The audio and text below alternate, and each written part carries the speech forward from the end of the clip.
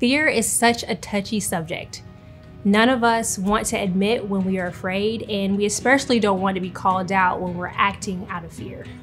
However, as Pastor Jim points out, that's what many of us are doing when we make choices about our stance on immigration, or more specifically, how we feel about those who have immigrated from certain countries.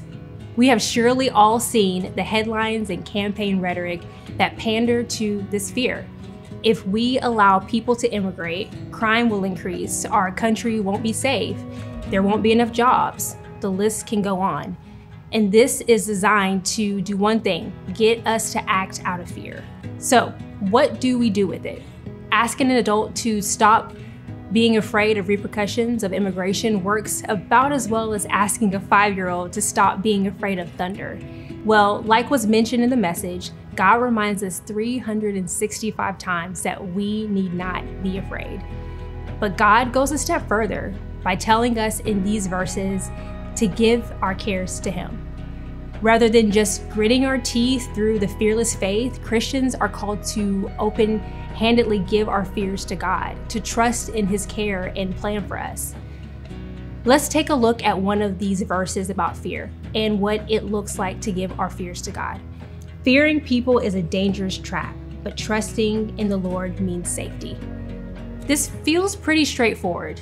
To find safety in our fears, we need to trust them to God.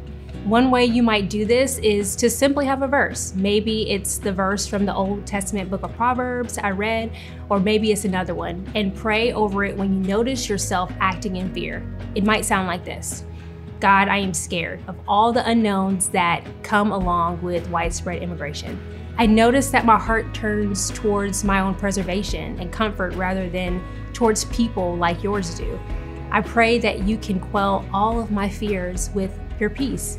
Help me hear your voice on this issue and align my heart with yours. You can also just meditate on the verse and give yourself space to hear God's direction for you.